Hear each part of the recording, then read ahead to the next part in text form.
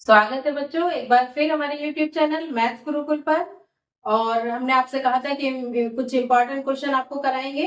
तो आज हम द्विघात समीकरण के कुछ इम्पोर्टेंट क्वेश्चन आपके साथ लेके आए हैं हल करने के लिए। तो साथ में आप सीखते जाइए और उसको सॉल्व करिए, क्योंकि ये बोर्ड में कई बार आ चुके हैं और आते ही रहेंगे। क्योंकि हमेशा जो है द्विघात समीकरण के जो इम्पोर्टेंट क्वेश्चन है वो हम आज आपको दिखा रहे हैं।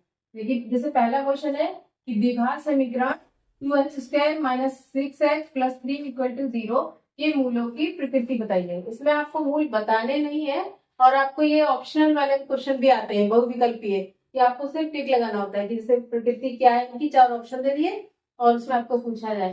तो प्रकृति के लिए हमने आपसे क्या कहा था कि आप विविक्तिकर निकाल लीजिए इसका, यानी विविक्तिकर क्या होता है b² माइनस 4ac, और इसी से आप इसकी प्रकृति बता सकते हैं। हमने पिछली वीडियो में आपको बताया था। तो यहां से देखिए a बराबर ये a हो गया, b बराबर ये हो गया -6, ठीक है, और ये हो गया c। आप इससे तुलना करेंगे तो a b c निकाल लेंगे।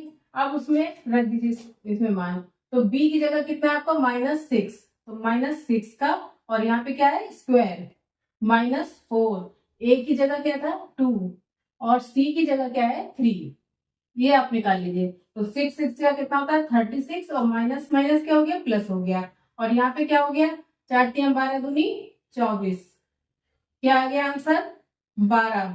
अब ये आपको प्रकृति बतानी है तो आपको ये देखना है कि 0 से बड़ा है या छोटा है। तो बड़ा छोटा कैसे निकालेंगे कि अगर ये माइनस में आती वैल्यू तो आप लिख देंगे 0 से छोटा है, लेकिन ये प्लस में आई है तो ये किससे बड़ा हो गया 0 से बड़ा। यानी कि जो हमने b² माइनस 4ac जो इसका विविक्तिकर था वो निकाला और वो 0 से बड़ा आ गया। तो ये मूलों की प्रकृति क्या होगी कि मूल वास्तविक होंगे। तो अगर आपको टिक लगाना है तो उसमें भी आप देख सकते हैं कि वास्तविक वाले पे ही टिक लगाएंगे, ठीक है। और अगर आपको आंसर देना था कि इसका विविक्तिकर निकालिए तो आपका आंसर आ जाएगा 12, ठीक है। अगला क्वेश्चन शुरू करते हैं। सेकेंड, ये भी बोर्ड में आया हुआ है और इसी टाइप के बहुत आते हैं। तो इसमें दिया हुआ है द्विघात समीकरण 3x² minus 12x plus k बराबर 0, और क्या कंडीशन दी है इसके मूल बराबर हो तो k का मान आपको बताना है, ठीक है।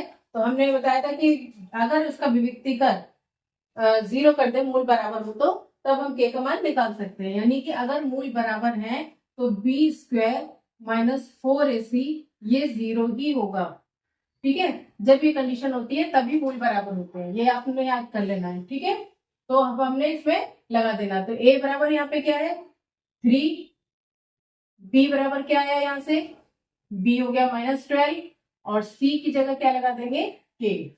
तो हमारा b की जगह -12 का स्क्वायर -4 इंटू a की जगह 3 और c की जगह k, ठीक है।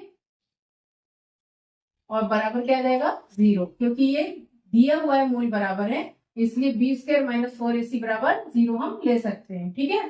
तो इसका स्क्वायर क्या हो गया माइनस माइनस तो प्लस हो गया, और 12 का हो गया 144 माइनस 12k इक्वल टू 0। इसको इधर ले गए -12k equal to -144, minus minus cut गया और k बराबर क्या आ गया 144/12। जब इसे काटेंगे तो ये भी 12 आ गया, तो k का मान कितना आ गया हमारा 12। तो ये आपका आंसर हो गया, k का मान निकालना था। आप कंडीशन उसके देखिए कि क्या कहा जाए वही आप विविक्तिकर लगा सकते हैं। तो जब भी कहा जाए कि मूल बराबर हैं तो जब एकदम क्या करना है आपको b² माइनस 4ac जो विविक्तिकर हो उसको आप 0 खुद ही कर देंगे, ठीक है। क्योंकि तभी जब बराबर है इसका मतलब d हमारा 0 आना ही आना है, और उसमें a b c आप यहाँ से तुलना कर लीजिए, लगा के k का मान निकाल सकते हैं, ठीक है बच्चों। तो अगला क्वेश्चन देखते हैं। तो तीसरा क्वेश्चन लेके आते हैं, ये भी बोर्ड में बहुत आया हुआ है। इसमें क्या करना है द्विघात समीकरण एक दी हुई है और इसका विविक्तिकर बताना है। विविक्तिकर हमने बताया था कि d बराबर क्या होता है, जिसे विविक्तिकर कहते हैं, ये होता है b² माइनस 4ac। आपको ना मूल बताने हैं ना मूलों की प्रकृति बतानी है, यहाँ पर सिर्फ आपको इसकी वैल्यू बतानी कि कितना आएगा, ठीक है।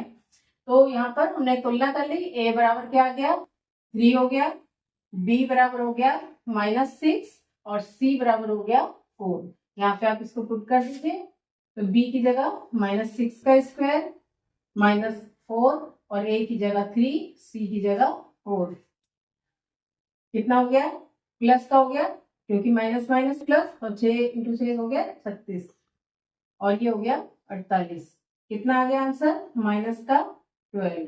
ठीक है, तो यही आपका आंसर हो गया, क्योंकि इसमें और कुछ नहीं पूछा है, सिर्फ आपको व्यक्तिगत बताना है। और अगर कहा जाए कि मूलों की प्रकृति बताइए, तो देखिए डी का मान यहाँ पर क्या गया? -12। अगर कभी आता है यही क्वेश्चन और कहा जाए कि विभक्तिकर बताइए, साथ में मूलों की प्रकृति बताइए, तो मूलों की प्रकृति देखिए डी अगर ये माइनस आता है तो हो जाएंगे, कैसे हो जाएंगे? काल्पनिक, क्योंकि इसका अंडर रूट नहीं निकल पाएगा तो वो हो जाएंगे काल्पनिक। ठीक है, तो अगर खाली विभक्तिकर पूछा जाए तो आप -12 आ गया, अगर प्रकृति पूछा जाएगा तो आपका काल्पनिक हो जाएंगे। ठीक है बच्चों, तो और इम्पोर्टेंट क्वेश्चन लेके आएंगे हम अगली वीडियो में, तो हमारे चैनल को सब्सक्राइब कर लीजिए और वीडियो को लाइक और शेयर कर दीजिए।